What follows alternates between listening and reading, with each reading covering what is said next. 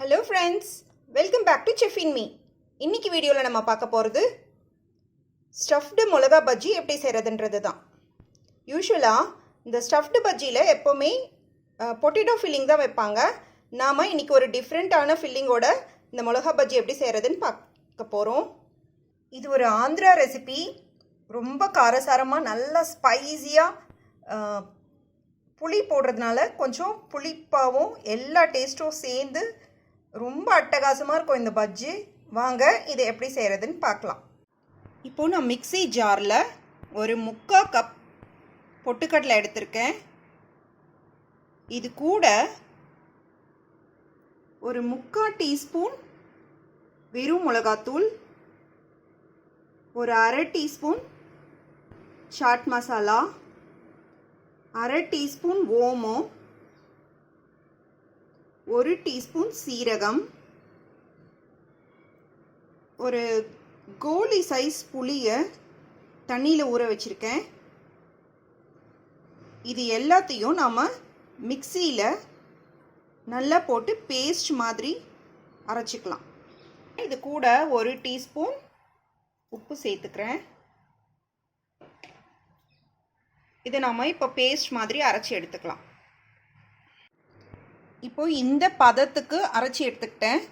இது வாசனையே அவ்வளோ நல்லா இருக்குது. அந்த ஓமமும் சீரகமும் சேர்ந்து ரொம்ப நல்ல வாசனை வருது. இப்போ நம்ம பஜ்ஜிக்கு மாவு ரெடி பண்ணிடலாம். இப்போ நான் 3/4 கப்பு கடலை மாவு எடுத்திருக்கேன். இதில் 2 டேபிள் ஸ்பூன் அரிசி மாவு சேர்த்துக்கிறேன். 1 டேபிள் ஸ்பூன் கார்ன்ஃப்ளவர். கார்ன்ஃப்ளவர் இல்லைன்னா பரவாயில்ல, அதை ஸ்கிப் பண்ணிவிடுங்க. ஒரு 1/2 டீஸ்பூன் மிளகாத்தூள், 1/4 டீஸ்பூன் ஓமம், ஒரு 1/4 டீஸ்பூன் பெருங்காயம் இதையும் சேர்த்துக்கிறேன்.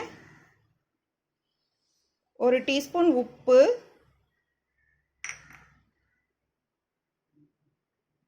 1/4 டீஸ்பூன் பேக்கிங் சோடா.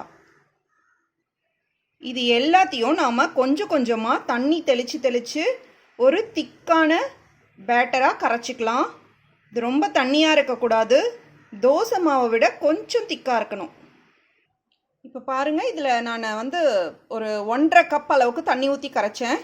கடலை மாவோட குவாலிட்டியை பொறுத்து ஒரு 1.5லேருந்து 2 கப் வரைக்கும் ஆகும்.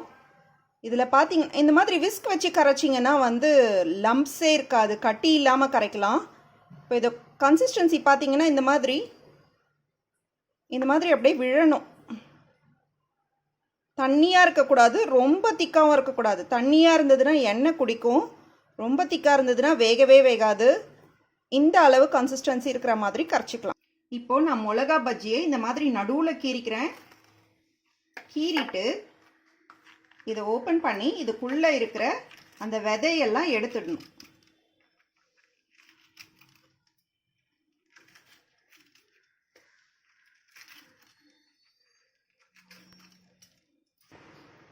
இப்போது கீறின மிளகாயில் இந்த மிளகாயை கட் பண்ணிடக்கூடாது, ஃபுல்லாக இந்த மாதிரி கீறி வச்சுக்கணும். கீறி வச்சு உள்ளே இருக்கிற விதையெல்லாம் எடுத்துடணும். இதுக்குள்ளே நம்ம அரைச்சி வச்ச பேஸ்ட்டை ஸ்டஃப் பண்ணிடலாம்.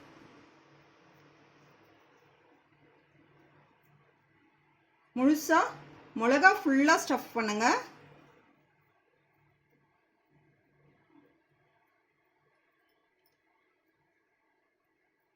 இது மாதிரி எல்லா மிளகாயிலையுமே ஸ்டஃப் பண்ணி வச்சுக்கலாம். இப்போ இந்த மாதிரி எல்லா மிளகாலையுமே நான் ஸ்டஃப் பண்ணி வச்சுட்டேன். ஒரு கடாயில் நான் எண்ணெய் காய வச்சுருக்கேன். இதில் ஒரு 1/2 கரண்டி எண்ணெய் எடுத்து பஜ்ஜி மாவில் கலந்துக்கிறேன். ஏன்னா எண்ணெய் சூடாக பஜ்ஜி மாவில் கலந்தோம்னா பஜ்ஜி போடும்போது அவ்வளவா எண்ணெய் குடிக்காது. அதனால் நான் ஒரு 1/2 கரண்டி எண்ணெய் எடுத்து இதில் கலந்துக்கிறேன்.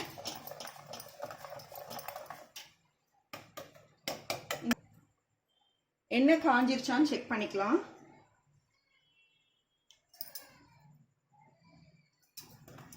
எண்ணெய் நல்லா காஞ்சிருச்சு. இதில் நாம் ஒரு மிளகாவா டிப் பண்ணி பொரிச்சிடலாம். அந்த காம்பை கிள்ளிடாதீங்க, காம்போடையே இருக்கணும்.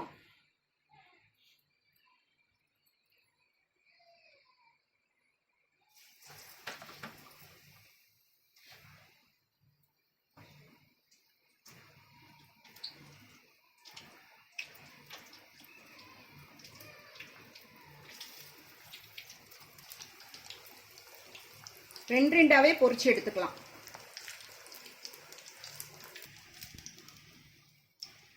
இப்போ நல்லா கோல்டன் ப்ரௌன் ஆயிடுச்சு பஜ்ஜி.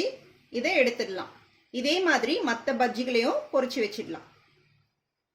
இப்போ நம்மளோட ஸ்டஃப்டு மிளகாய் பஜ்ஜி ரெடி ஆயிடுச்சு. இதை இப்படியே சாப்பிடலாம். அப்படி இல்லைன்னா ஹைதராபாத்ல ஸ்ட்ரீட் ஃபுட்ல இதை என்ன செய்வாங்க அப்படின்னா, பஜ்ஜியை இந்த மாதிரி துண்டு துண்டா கட் பண்ணிடுவாங்க. இதை மறுபடியும் டீப் ஃப்ரை பண்ணி எடுத்துக்குவாங்க. அந்த மெத்தடும் செஞ்சு காட்டுறேன். இந்த மாதிரி கட் பண்ண பீசஸை மறுபடியும் ஒரு முறை ரீஃப்ரை பண்ணுவாங்க. சும்மா ஒரே ஒரு நிமிஷம் ஃப்ரை பண்ணிட்டு இதை எடுத்துடலாம்.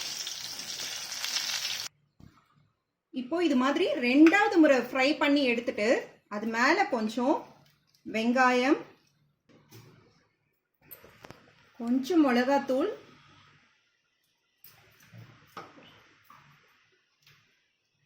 கொஞ்சம் சாட் மசாலா,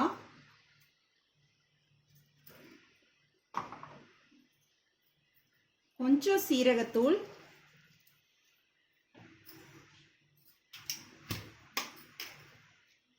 கொஞ்சம் சால்ட், இது எல்லாம் தூவி ஒரு ஆஃப் லெமனை இது மேலே பிழிஞ்சு விட்டுருவாங்க.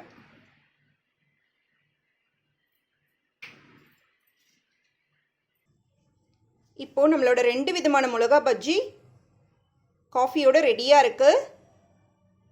இது வந்து ரொம்ப ஒரு ப்ரோட்டீன் ரிச் பஜ்ஜினே சொல்லலாம். ஏன்னா பொட்டுக்கடலை ஸ்டஃபிங் பண்ணியிருக்கிறதுனால.